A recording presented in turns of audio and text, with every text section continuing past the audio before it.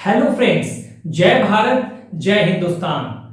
I am Mayank Rajesh and you are watching info and study. Friends, सबसे पहले तो आप लोगों का बहुत बहुत शुक्रिया, तहे दिल से शुक्रिया कि आप लोगों के कोऑपरेशन से ये जो चैनल है ये ग्रो करना चैनल ने शुरू कर दिया है और आप लोगों के सहयोग से मोनेटाइजेशन हो चुका है चैनल का। तो इसी तरह अपना सपोर्ट बनाए रखिए, ठीक है। हमें इस परिवार को आगे बढ़ाना है। मोनेटाइजेशन तो एक अलग बात है, लेकिन सबसे बड़ी बात यह है कि इस चैनल को, इस परिवार को आगे बढ़ाना है हमें, और अच्छे से अच्छे कंटेंट को लेकर आने की कोशिश करूंगा। मैं आपके लिए पूरी कोशिश रहेगी कि बेटर से बेटर कंटेंट मैं आपको दे सकूं।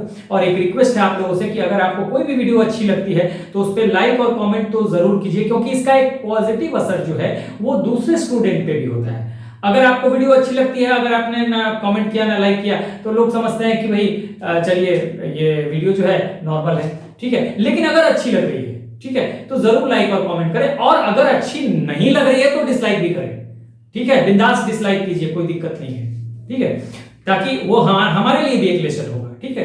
तो आपका सहयोग मिला, बहुत बहुत धन्यवाद।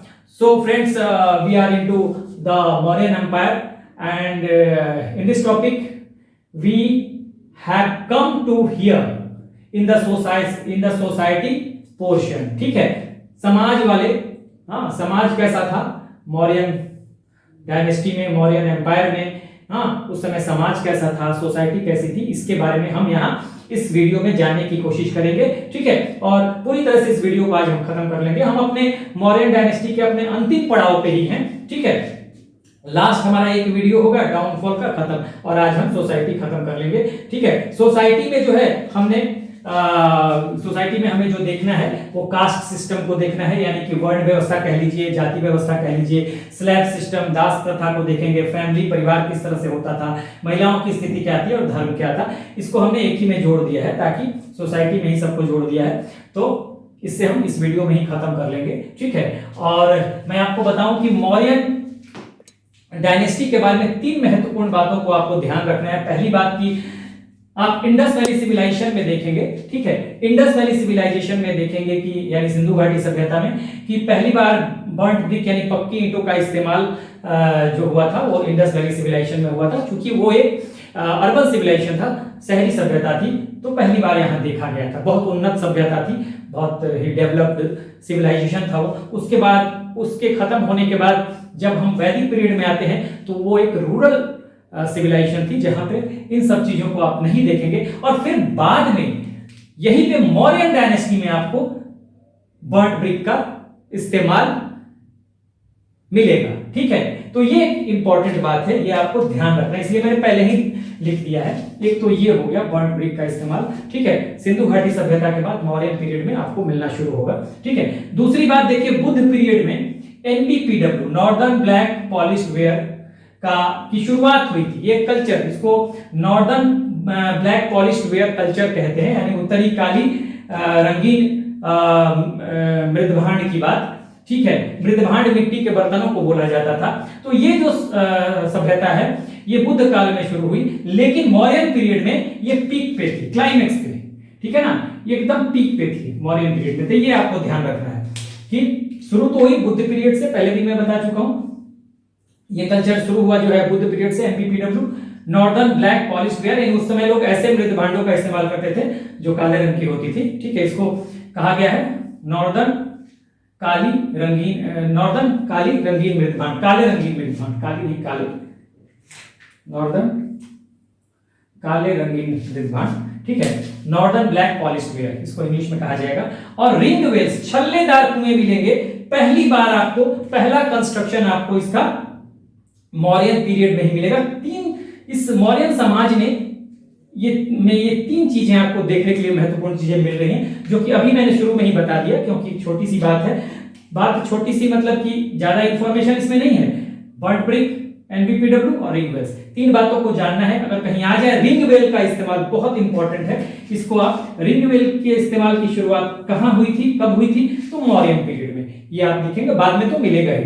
हाँ, ये रिंग वेल आपको अगर देखेंगे तो ये रिंग वेल जो है ये कुआं होगा, और कुआं के अंदर इस तरह से रिंग बना होगा, जो उसकी दीवार होगी ना कुएं की, तो वहां पे रिंग बना होगा टेराकोटा का, गोल गोल गोल गोल रिंग, तो नीचे तक होगा उसके दीवार, उसके जो दीवार होंगे वो रिंग की तरह होंगे, ठीक है, टेराकोटा का रिंग बना होगा, तो उसको छल्लेदार कुआं कहा गया है, ठीक है, हिंदी में। तो पहली बार पहला कंस्ट्रक्शन मौर्यन पीरियड में ही देखा गया, तो ये बहुत इंपॉर्टेंट है, कई बार एग्जाम में आता है कि रिंग वेल्स का या छल्लेदार कुएं का पहला प्रमाण कब मिलता है, किस पीरियड में, तो मौर्यन पीरियड में आपको मिलेगा, ये आपको ध्यान रखना है, वेरी वेरी इंपॉर्टेंट, ठीक है, ये वेरी वेरी इंपॉर्टेंट,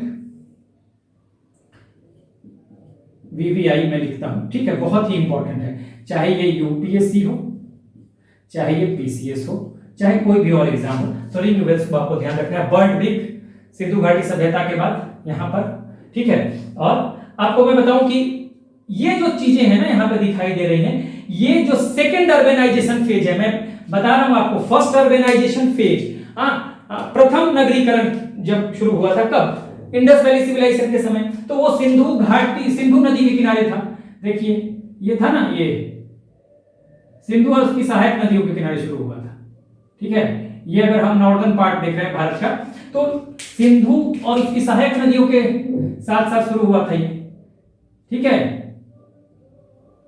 कौन सा पहला ऑर्गेनाइजेशन, लेकिन दूसरा ऑर्गेनाइजेशन जो होगा वो गंगा घाटी से शुरू होगा, मैंने बताया भी है, ये एग्जाम के लिए बहुत इंपॉर्टेंट है। पहला ऑर्गेनाइजेशन, प्रथम नगरीकरण सिंधु घाटी या सिंधु नदी के सहारे शुरू हुआ, और सेकंड फेज, सेकंड ऑर्गेनाइजेशन का सेकंड फेज, द्वितीय नगरीकरण जिसको कहते हैं, द्वितीय नगरीकरण गंगा घाटी के सहारे शुरू हुआ था, ठीक है। तो ये जब जो बर्ड ब्रिक का इस्तेमाल होने लगा, एनबीपीडब्ल्यू अपने क्लाइमेक्स पे पहुंचा, और रिंग वेल्स, इसका योगदान बहुत रहा, शहरीकरण में, सेकेंड अर्बनाइजेशन फेज में और सेकेंड अर्बनाइजेशन के डेवलपमेंट में इन चीजों का भी बहुत बड़ा योगदान रहा। देखिए रिंग वेल से क्या हुआ ना कि ये, इसका फायदा ये हुआ कि ये डोमेस्टिक यूज के लिए रिंग वेल्स का इस्तेमाल किया जाता था, छल्लेदार कुओं का, आपको पानी का सप्लाई होता था घरों में इससे, ठीक है। तो एक मतलब डिपेंडेंसी जो थी कि जो सिविलाइजेशन है या जो लोग मकान बना के नदियों के किनारे ही रहेंगे, इसकी डिपेंडेंसी खत्म हो गई, ठीक है ना। अगर थोड़ी दूरी पे भी है वहां पे अगर कुआं बना के अगर पानी की व्यवस्था कर ली गई तो वहां एक रहने वहने की व्यवस्था हो सकती थी, तो इसलिए इसका इंपॉर्टेंस था। तो इन तीन चीजों को आप याद रखिएगा। इसके पहले कि हम सोसाइटी की शुरुआत करें, मैं बता दूं कि हमने सोर्सेज से शुरू किया था मौर्यन पीरियड को पढ़ना, ठीक है, मौर्यन एम्पायर को, जहां हमने ये बताया था कि कौटिल्य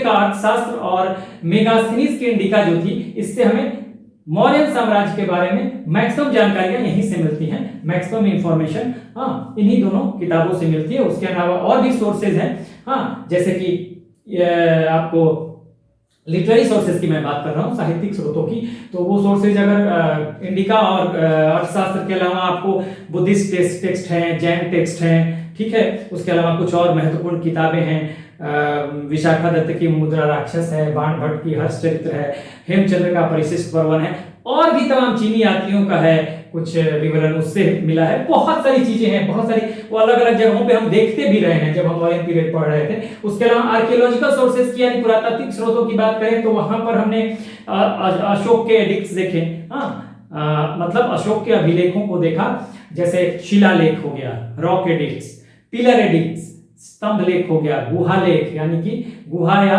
गुफा लेख, केव एडिक्ट्स कहते हैं, तो उन सारी चीजों को हमने देखा था, ठीक है। उसके अलावा कुछ और अभिलेख हैं, जैसे कि गोरखपुर का सोहगौरा कॉपर प्लेट इंस्क्रिप्शन है, उसको हमने देखा था। बोगरा डिस्ट्रिक्ट बांग्लादेश का है, महास्थान इंस्क्रिप्शन, उसको देखा था, तो सारी हमने देख ली थी। पॉलिटी में हमने 3 लोगों को पढ़ा था। Founder of the modern empire कौन था? चंद्रगुप्त मौर्य, जिन्होंने घनानंद को हराकर मौर्य डायनेस्टी की शुरुआत कर दी थी। उसके बाद उनके बेटे को हमने डिटेल में पढ़ा, बिंदुसार को, और फिर अशोका द ग्रेट को पढ़ा। ये राजनीति वाले पार्ट में हमने पढ़ा। फिर पूरा एडमिनिस्ट्रेशन हमने देखा था, कि किंग जो है, एम्पेरर जो है, he is the supreme boss of all the activities, all the administrative activities, supreme boss of all the administrative activities, सभी प्रशासनिक गतिविधियों का जो सुप्रीम बॉस है, वो कौन है? एम्पेरर है, सम्राट है, राजा है, ठीक है। उसके नीचे मंत्रिना है, 3-4 लोगों का ग्रुप, जो कि एक एडवाइजरी बॉडी है, सलाहकार समिति की तरह काम करती है, आज के आधुनिक कैबिनेट की तरह है, ठीक है। उसके नीचे 18 तीर्थों की हमने बात की थी, जिनको हम काउंसिल ऑफ मिनिस्टर्स कह रहे थे या मंत्री परिषद कह रहे थे, उसमें 18 तीर्थों की बात की गई है। ये हाई रैंक ऑफिशियल होते थे या हाई रैंक मिनिस्टर होते थे, जिनको कहा जाता था महामात्य, ठीक है। उसके बाद ब्यूरोक्रेसी थी, ठीक है, जिसमें हमने 26 या 27 ब्यूरोक्रेट्स की बात की है, जो जिनको सुपरिटेंडेंट्स कहा जाता था, अध्यक्ष या सुपरिटेंडेंट्स। तो एनसीईआरटी में 27 है, 27 है इन द एनसीईआरटी, और कई किताबों में आपको 26 भी मिलेगा। तो सारी बातें कर ली थी, न्याय व्यवस्था को कैसी थी, हाँ, गुप्तचर व्यवस्था के बारे में बात की थी, एक मोबाइल थी, एक नॉन मोबाइल थी, मतलब एक स्टेशनरी गुप्तचर व्यवस्था थी, जिसे संस्था कहते थे, संचरण या संचरण डिफरेंट लोकेशंस पे घूम के काम करती थी, ठीक है। सैन्य प्रशासन 6 समितियों, 6 कमिटीज के द्वारा देखी जाती थी। नगर का प्रशासन जो था वो भी 6 कमेटी के द्वारा देखा जाता था, ठीक है। तो ये सब डिस्कशन हमने कर लिया था, तमाम चीजों को एडमिनिस्ट्रेशन में पढ़ा था। इकोनॉमी भी हमने, अर्थव्यवस्था को बहुत ही डिटेल में पढ़ा, हाँ, अर्थव्यवस्था किस तरह की थी, हाँ, एग्रीकल्चर के बारे में पढ़ा हमने, ठीक है। और भी आपको एग्रीकल्चर था, महाजनी व्यवस्था कैसी थी, मुद्रा के बारे में जाना, तमाम चीजों को हमने यहाँ पर पढ़ा। और अब हम फाइनली आ गए हैं सोसाइटी में। तो धीरे धीरे हम करके ये सारे पॉइंट्स को आज देख लेंगे। इधर वाला मैंने आपको बता दिया, ठीक है। ये सारे पॉइंट्स को हम देखेंगे। बर्न्ड ब्रिक, 3 बातें आपको मौर्यन पीरियड के बारे में याद रखना है। Burned brick Indus valley civilisation के बाद, यानी कि प्रथम नगरीकरण के बाद बर्न्ड ब्रिक आपको देखने में आएगा। कहां पे? यानी पक्की ईंटों का इस्तेमाल देखने में आएगा मौर्यन पीरियड में। इंपॉर्टेंट बात, बुद्ध पीरियड में एनबीपीडब्ल्यू कल्चर शुरू हुआ था और ये क्लाइमेक्स पे पहुंचेगा, एरो का निशान मैंने दिया हुआ है, ठीक है, क्लाइमेक्स पे पहुंचेगा मौर्यन पीरियड में, ठीक है। और रिंग वेल्स तो शुरुआत ही होती है, हाँ, मौर्यन पीरियड से, ठीक है। तो रिंग वेल्स के बारे में भी ये बहुत इंपॉर्टेंट है, रिंग वेल्स, ठीक है, एनसीईआरटी में भी आपको मिलेगा। तो इन 3 बातों को आप याद रखिए और बाकी ये सारे पॉइंट्स हम अभी देखने वाले हैं। तो धीरे धीरे करके हम सबको देखते हैं, आगे बढ़ते हैं। So let's move on and now we have to see our first point and that is the caste system in the Mauryan society. Maurya समाज में, मौर्यन एम्पायर में जो समाज था उसकी जाति व्यवस्था कैसी थी। And for this we have 2 sources, one is the Arthashastra of Kautilya and the another one is Megasthenes. हाँ, यू में से मेगास्थनीज और इंडिका ऑफ मेगास्थनीज, यू में से मेगास्थनीज ने भी बताया है और कौटिल्य ने भी बताया है, ठीक है, ठीक है। हमने बताया भी था कि कौटिल्य कौन था भाई। तो कौटिल्य जो है ये एक आचार्य थे तक्षशिला के, जिन्होंने ट्रेन किया था चंद्रगुप्त मौर्य को, और फिर ट्रेन करने के बाद, हाँ, चंद्रगुप्त मौर्य और कौटिल्य ने मिलकर, यानी चाणक्य ने मिलकर घनानंद को हराया और फिर मौर्य डायनेस्टी की शुरुआत की गई, ठीक है। और जब मौर्य डायनेस्टी की शुरुआत होती है, उसके बाद, इसकी शुरुआत के बाद 305 बीसी में एक लड़ाई होगी, हाँ, सिकंदर के जनरल सेल्यूकस निकेटर के साथ, ठीक है। सिकंदर के जनरल यानी अलेक्जेंडर के जनरल सेल्यूकस निकेटर के साथ चंद्रगुप्त मौर्य की लड़ाई होगी। लड़ाई में जीत किसकी होती है? चंद्रगुप्त मौर्य की। और फिर एक ट्रीटी होती है, यानी कि एक संधि होती है, और उस संधि के तहत कुछ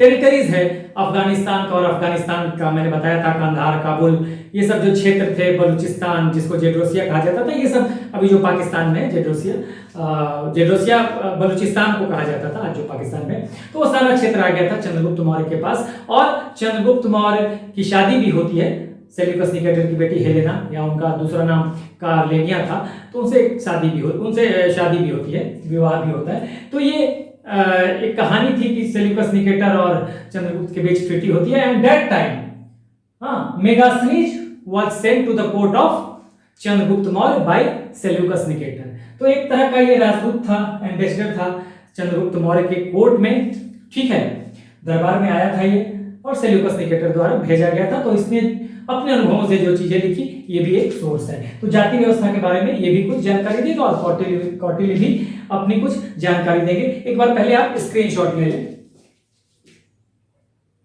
ठीक है। तो देखिए कौटिल्य ने क्या बताया, अब कौटिल्य को देखिए। कौटिल्य ने कहा कि जो मौर्यन सोसाइटी है, ठीक है, उसमें जो वर्ण व्यवस्था जो है ना वही बेस है सोसाइटी का। समाज का आधार जो है हाँ वो वर्ण सिस्टम है, ठीक है, वर्ण सिस्टम है समाज का आधार, ठीक है। और वर्ण कौन कौन से है, वही जो हमने वैदिक पीरियड में देखा, ब्राह्मण जो यज्ञ कराएंगे, यजना, क्षत्रिय जो शासक होंगे यानी कि रूलर होंगे, और यही आर्मी में भी जाएंगे, सैनिक भी होंगे, सोल्जर भी होंगे तो क्षत्रिय होंगे।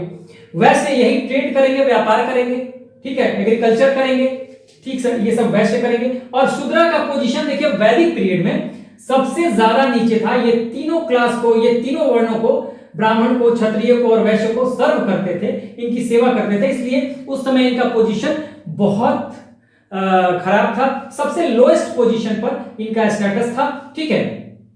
तो इस तरह से देखिए कि शूद्रों का पोजीशन वैदिक पीरियड में बहुत खराब था। लेकिन यहां चीजें बदली है। क्या बदली है? शूद्रों को आर्य कह दिया है कौटिल्य ने, हाँ, और ये जो शूद्र हैं ये आर्य कहे जाते हैं, इनको आर्य शूद्र भी कहा जाता है, ठीक है। तो इनको आर्य कह दिया है। और आर्यों को जब देखेंगे, आर्यों के बारे में हम पढ़ रहे थे वैदिक पीरियड के ओरिजिन के बारे में, तो वहां आर्यों का एक आर्य का मीनिंग मैंने बताया था। आर्य का मतलब होता है श्रेष्ठ, कुलीन, महान, बुद्धिमान। जितने पॉजिटिव एडजेक्टिव हैं, विशेषण हैं, वो सब आर्यों के लिए इस्तेमाल किए गए, ठीक है। तो अब यहां पर देखिए जब ये आर्य कह रहा है कौटिल्य, तो नेचुरली उस समय से शूद्रों का पोजीशन बेटर है। अब इसलिए भी है क्योंकि यहां शूद्रों को सर्विस तो है ही, मन करे तो सर्विस दें, उसके अलावा इनको अब आज्ञा मिल गई है एग्रीकल्चर का, डोमेस्टिकेशन ऑफ एनिमल्स का, एंड ट्रेड एंड कॉमर्स का, यानी कृषि का, पशुपालन का और व्यापार और वाणिज्य का, जो कि वैश्यों का काम था, ठीक है। अब ये भी कर सकते हैं, किसने कहा है? कौटिल्य ने कहा। तो मौर्य पीरियड में ये कहा गया है कौटिल्य के द्वारा, कौटिल्य के अर्थशास्त्र में, कि जो वैश्य, जो शूद्र हैं, जिनको आर्य भी कहा गया है और आर्य शूद्र भी कहा गया है, ये तीनों कर सकते हैं, एग्रीकल्चर, डोमेस्टिकेशन ऑफ एनिमल्स और ट्रेड एंड कॉमर्स, यानी कृषि, पशुपालन और व्यापार और वाणिज्य। और इन तीनों को कहा गया है वार्ता। ये मैंने पहले भी बताया है आपको पिछले वीडियो में, वार्ता बड़ी इंपॉर्टेंट है, ठीक है ना, वार्ता, वार्ता, इन तीनों को वार्ता कहा गया है, ठीक है, ये आपको ध्यान रखना है। और ये बहुत इंपॉर्टेंट है, कहां कहा गया है आर्य शूद्रों को? तो कहा गया है मौर्यन एम्पायर के समय। किसने कहा है? कौटिल्य ने कहा है। मौर्यन सोसाइटी में ये के लिए ये बात कही गई है, आर्य शूद्र भी कहा गया है।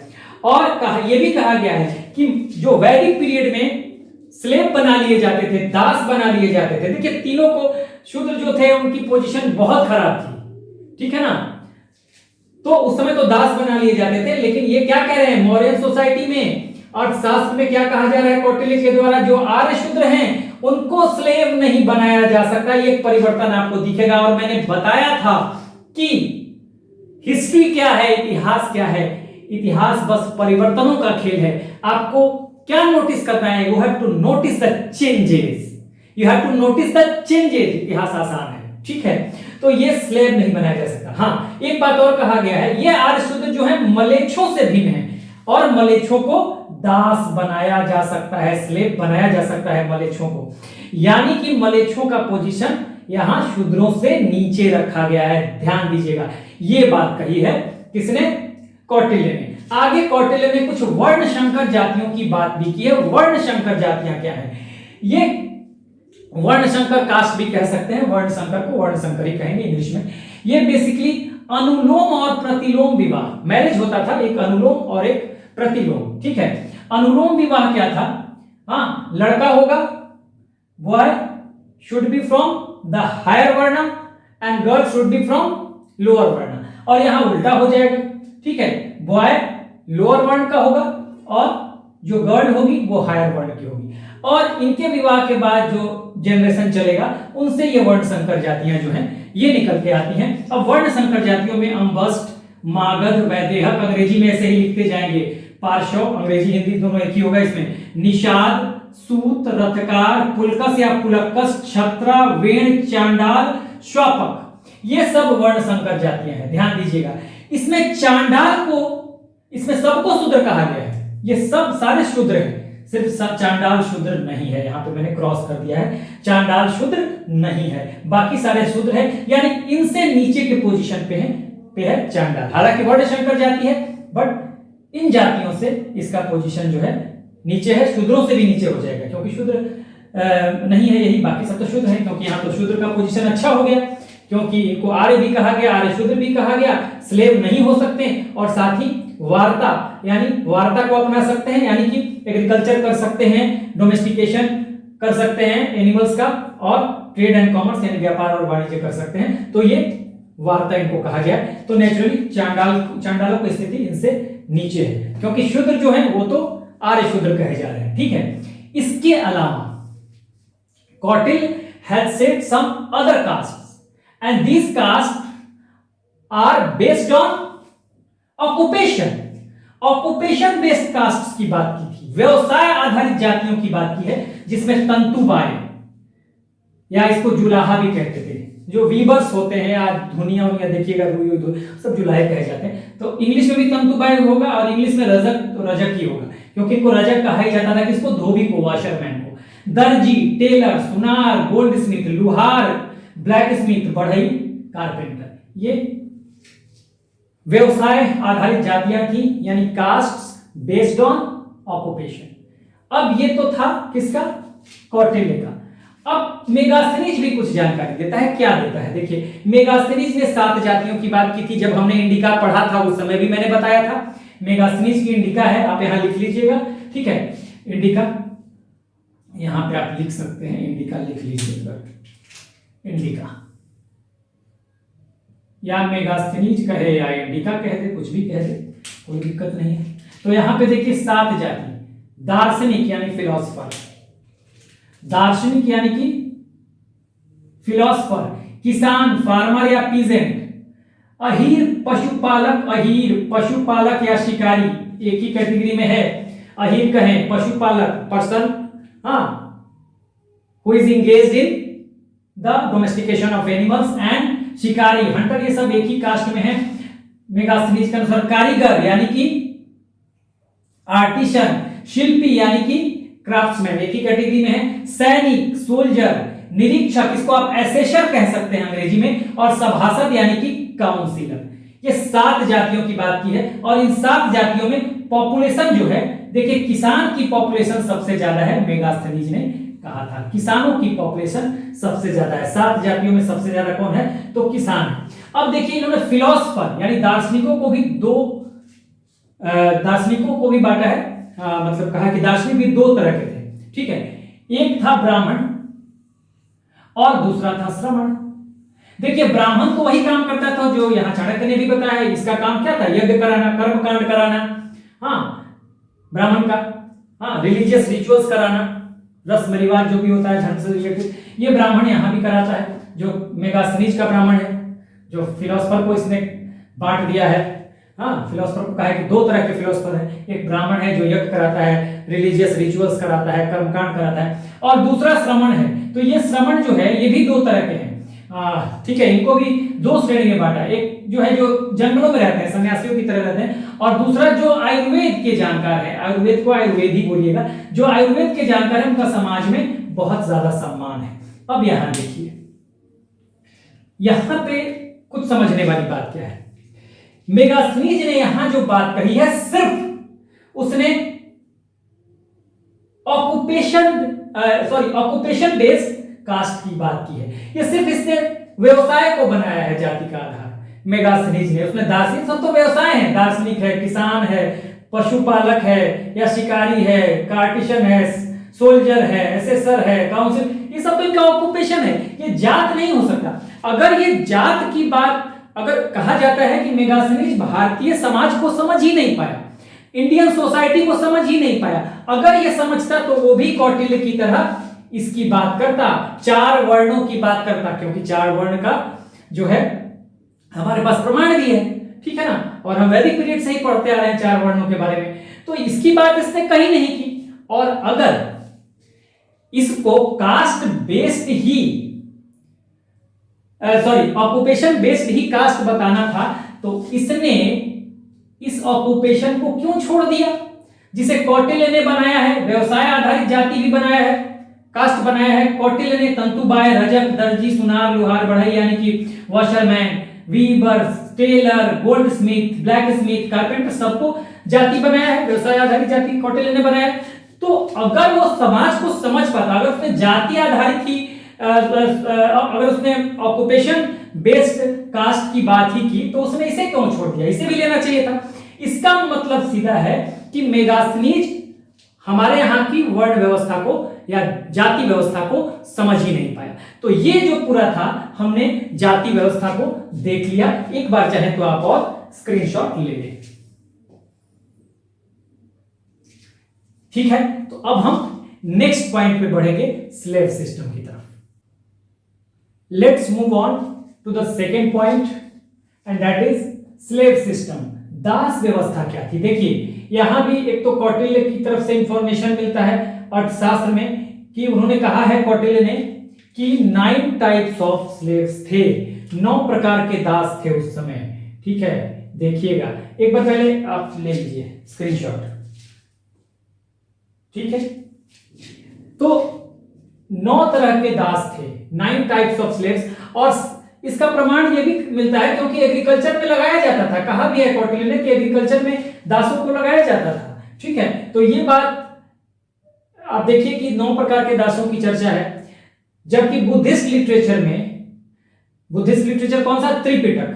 त्रिपिटक में किसी किताब में 3 दिया हुआ है, किसी किताब में 4 दिया हुआ है। ठीक है, तो 3 और 4 टाइप्स ऑफ स्लेव्स की चर्चा है। यानी कि सीधी सी बात अगर आपको लिखना हो डिस्क्रिप्टिव में, ये तो पूछेगा नहीं कि 3 थे या 4 थे, तो आप कह सकते हैं कि चर्चा आपको बुद्धिस्ट लिटरेचर में भी है, या बुद्धिस्ट लिटरेचर में जो त्रिपिटक है वहां पे भी स्लेव्स की चर्चा है, दासों की चर्चा है, यानी कि दास व्यवस्था यहां पर भी।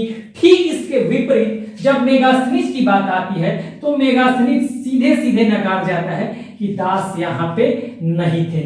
इसका मतलब यह है, मैंने पहले भी बताया हुआ है कि देखिए कि मेगास्थनीज कह रहे हैं कि दास यहां पे होते ही नहीं थे भारत में, जबकि कौटिल्य भी कह रहे हैं और बुद्धिस्ट लिटरेचर त्रिपिटक भी कह रहा है कि दास थे, स्लेव थे। अब मैंने अभी पहले वाले पॉइंट में बताया कि भारतीय समाज को समझ ही नहीं पाया मेगास्थनीज। ठीक है ना, इसका एक और रीजन था कि मेगास्थनीज ने जो जाति बताई वो ऑक्यूपेशन बता दिया, जाति के आधार पे ऑक्यूपेशन के आधार पे जाति बता दिया उसने, व्यवसाय के आधार पर।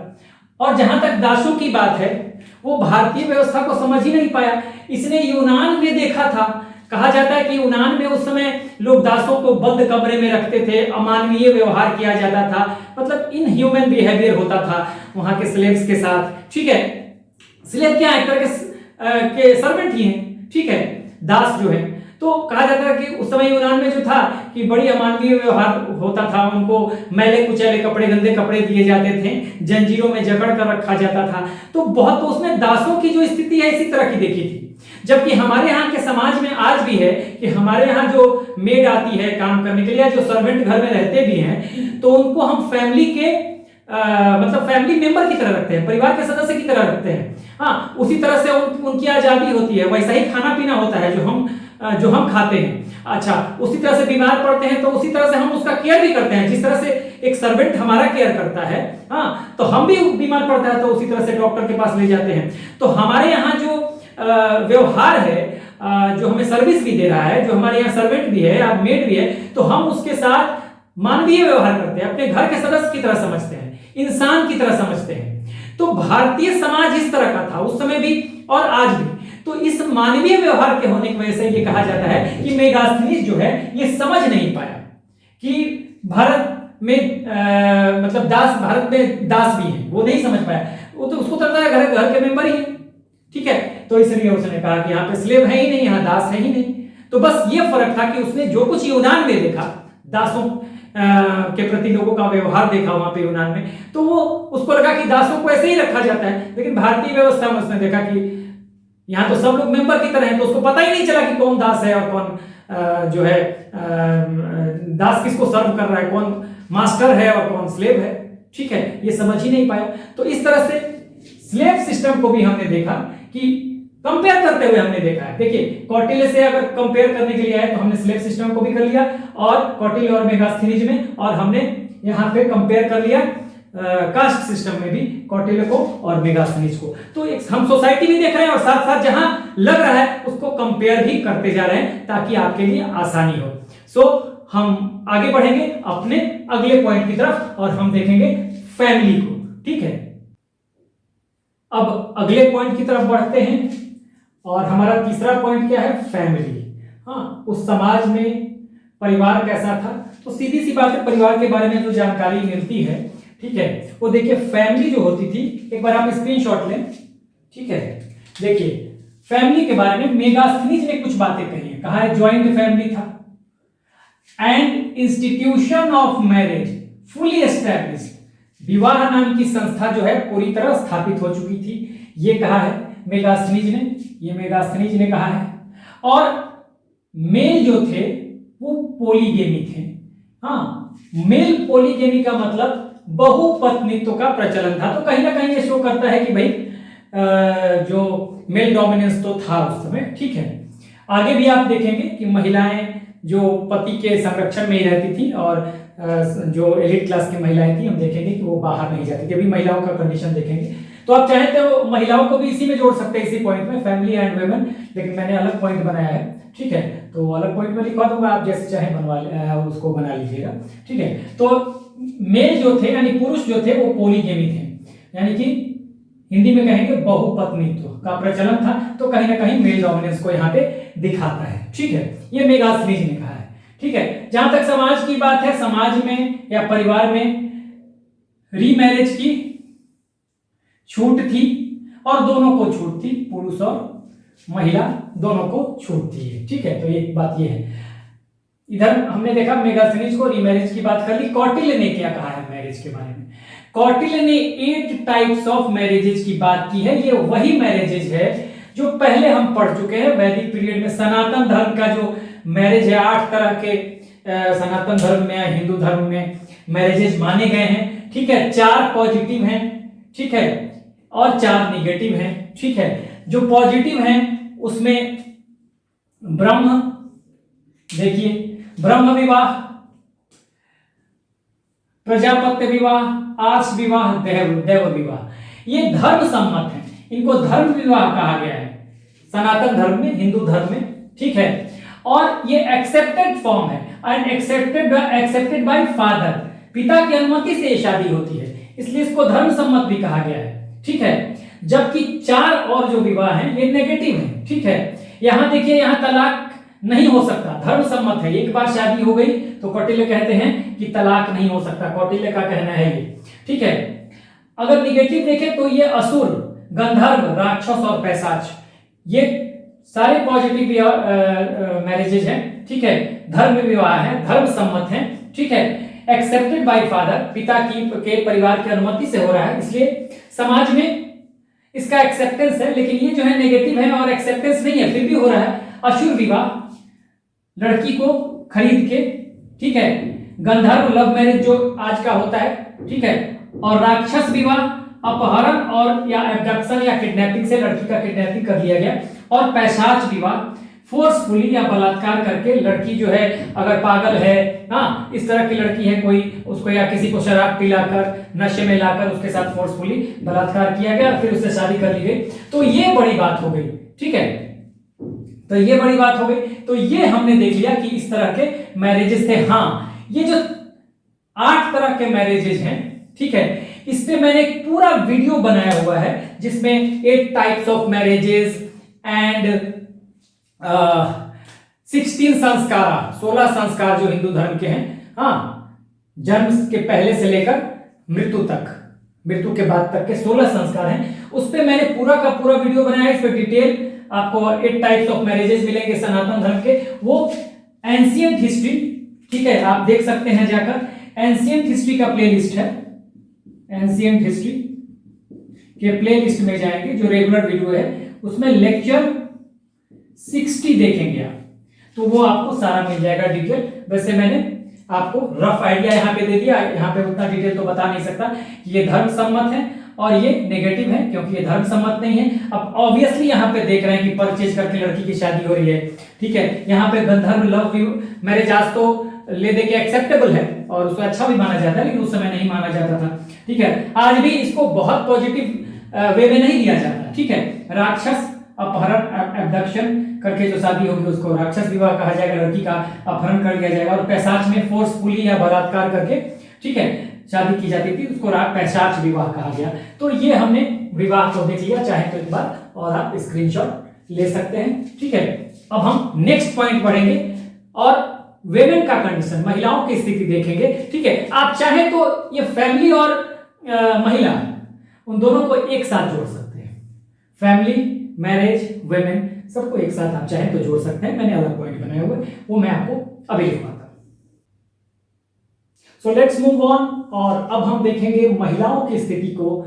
मॉडर्न सोसाइटी में महिलाओं की क्या स्थिति थी। हालांकि कुछ स्थिति आपको पता चली होगी जब हम इसके पहले जो पॉइंट देख रहे थे फैमिली के बारे में, तो वहां पे बहुत सारी चीजें पता चली हैं हमें। तो यहाँ पर देखिए रीमैरिज था ही, ठीक है, रीमैरिज था, ठीक है, और नियोग। रीमैरिज यानी कि विधवा शादी कर सकती थी, नियोग क्या था पहले यहाँ देख लीजिए। एजुकेटेड थी महिलाएं, नो डाउट्स।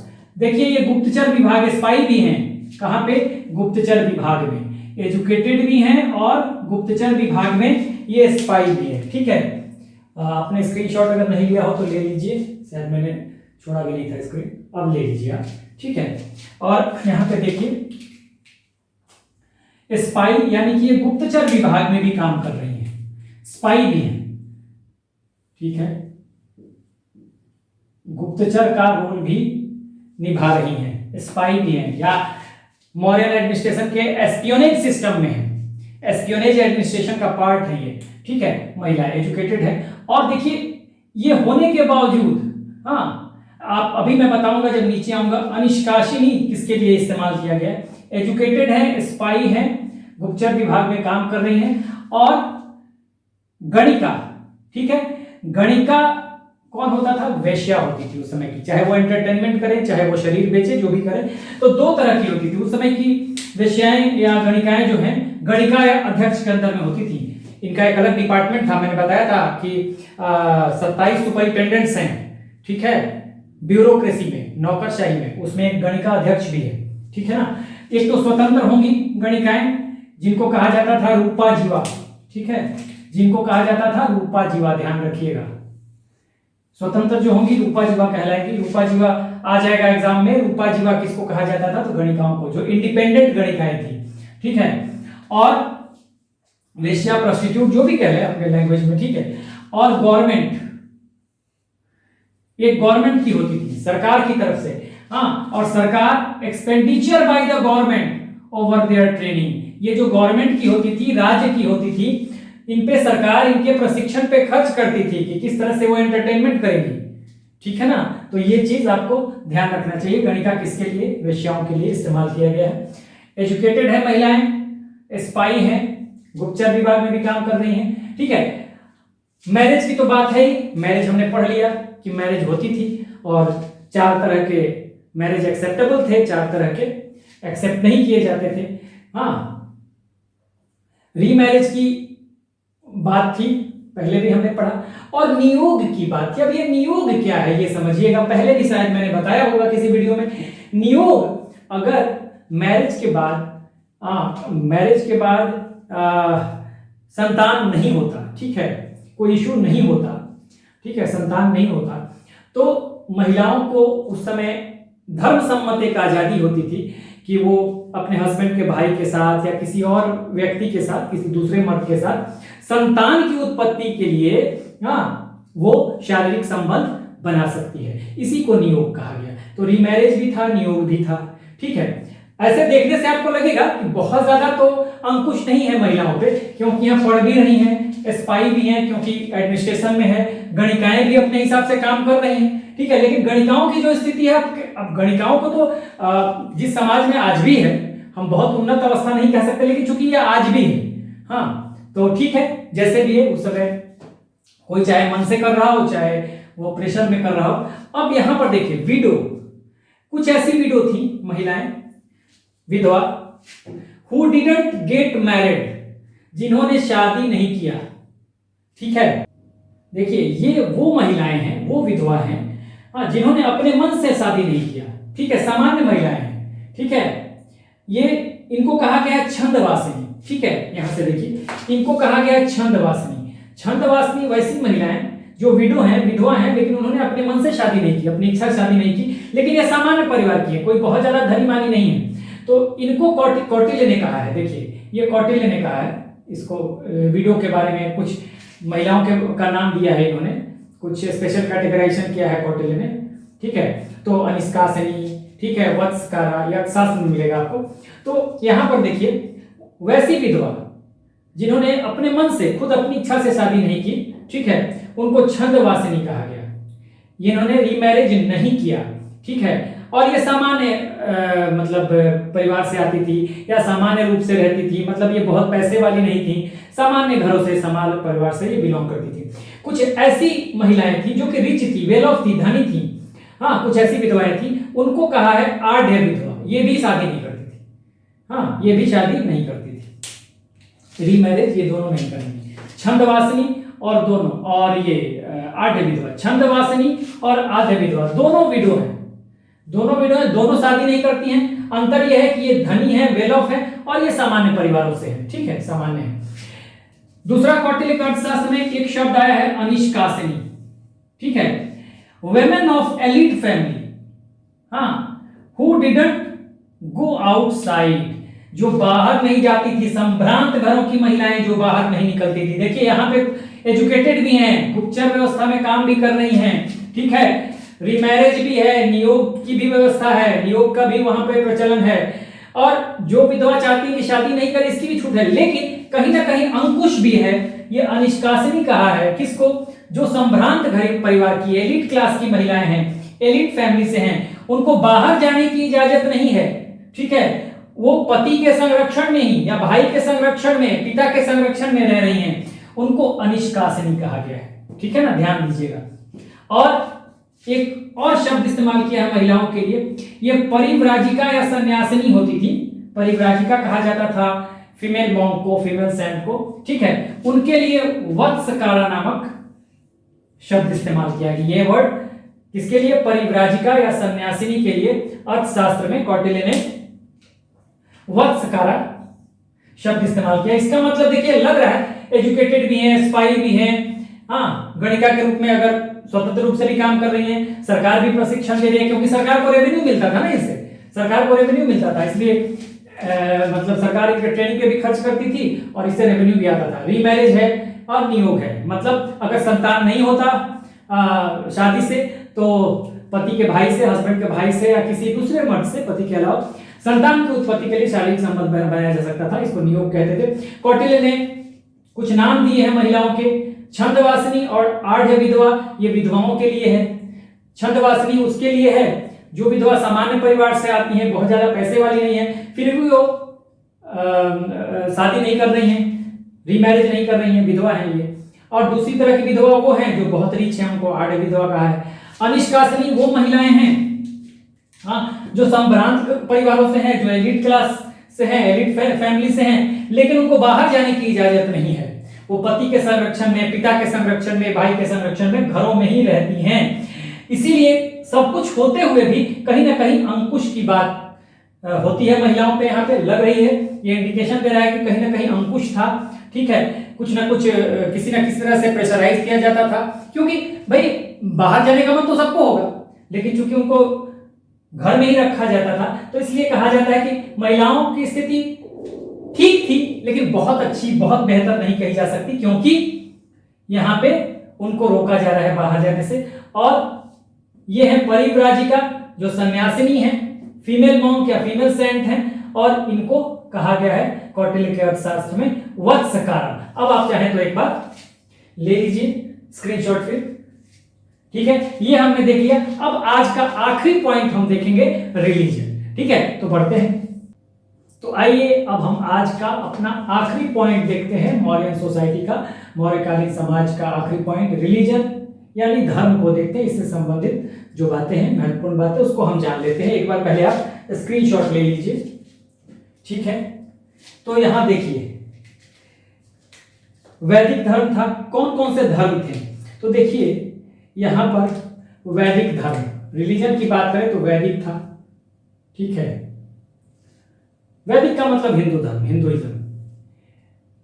आप देखिए चंद्रगुप्त मौर्य ने हमने पढ़ा कि जैन धर्म को अपना लिया था। CM stands for Chandragupta Maurya, जो फाउंडर थे मौर्य डायनेस्टी के, ये भी हमने जाना था।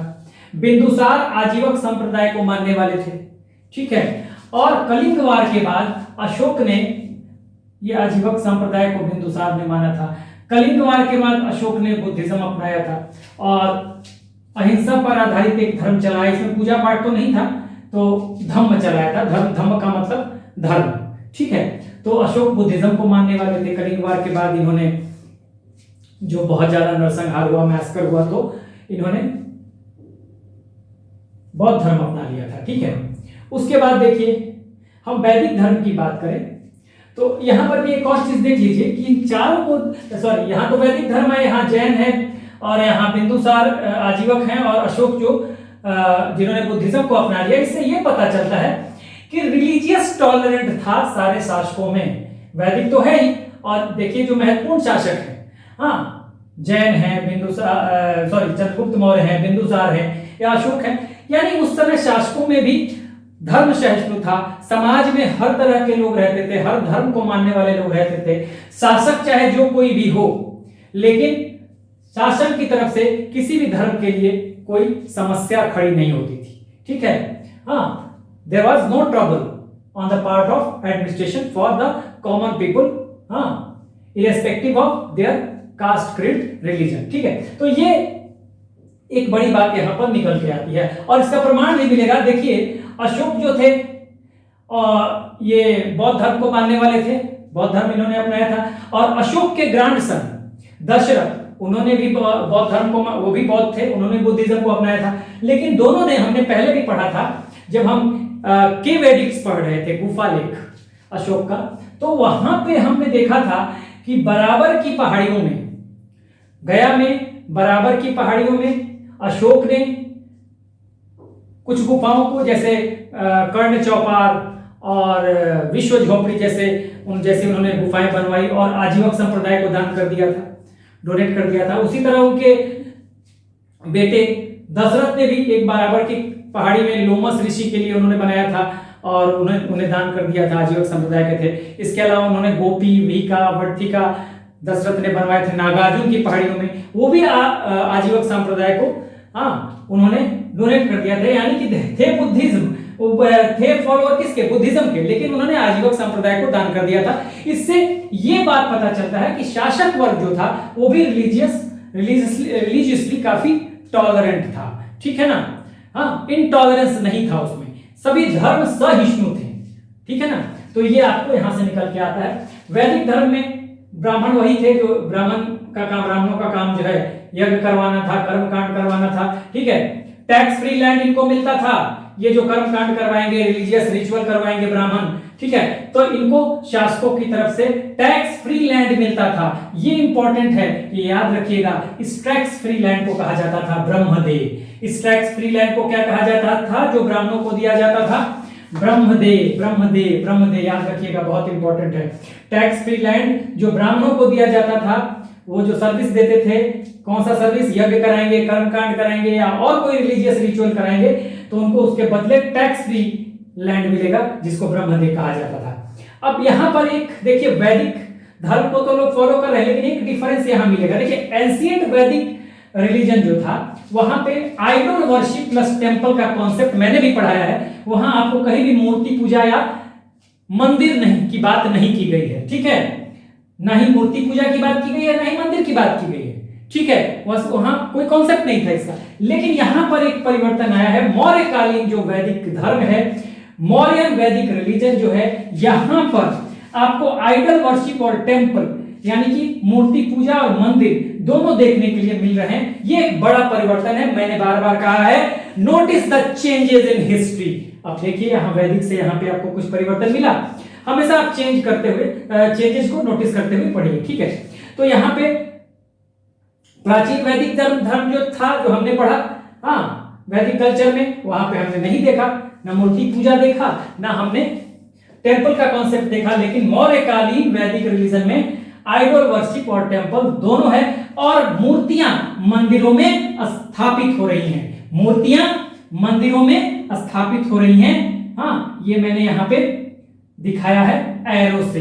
तो इस तरह से हमने जान लिया वैदिक रिलीजन को भी। आप ले लीजिए स्क्रीनशॉट फिर से चाहें तो इस तरह से हमने सोसाइटी वाले पार्ट को भी, मौर्यन एडमिनिस्ट्रेशन का जो सोसाइटी वाला पार्ट है वो भी हमने खत्म कर लिया। तो पूरा डिटेल में हमने पढ़ा है मौर्य डायनेस्टी को। तो हमारा खत्म ही हो चुका है, सिर्फ एक डाउनफॉल बचा है, अगले वीडियो में मैं खत्म कर दूंगा। और इस तरह से मौर्य अंपायर को, मौर्यन डायनेस्टी को, मौर्यन अंपायर को हमने बहुत ही डिटेल में पढ़ लिया है। हाँ, आप उसको बार बार पढ़िए, बहुत ही इंपॉर्टेंट टॉपिक है ये। नेक्स्ट वीडियो में हम इसको खत्म करेंगे और उसके बाद हम पोस्ट मौर्यन पीरियड में आएंगे, जहां पे कुछ इंडो ग्रीक आएंगे, ठीक है, शक आएंगे, कुषाण आएंगे, फिर आपको पुष्यमित्र शुंग मौर्य डायनेस्टी के अंतिम शासक बृहदत्त की हत्या करके शुंग वंश की शुरुआत करेंगे। उसके बाद कर्ण डायनेस्टी आएगा और फिर पोस्ट मॉडर्न पीरियड में आपको साउथ में सातवाहन आएंगे। तो इन सबको हम फिर डिटेल में पढ़ेंगे, ठीक है। मौर्य साम्राज्य खत्म होने के बाद समझिए कि एंशिएंट हिस्ट्री में हमने 80% हमने एंशिएंट हिस्ट्री को खत्म कर लिया, ठीक है। और जल्दी हम एंशिएंट हिस्ट्री को फिनिश करेंगे आने वाले समय में। This is the end of the video. Do like, share and subscribe. Take care, keep smiling.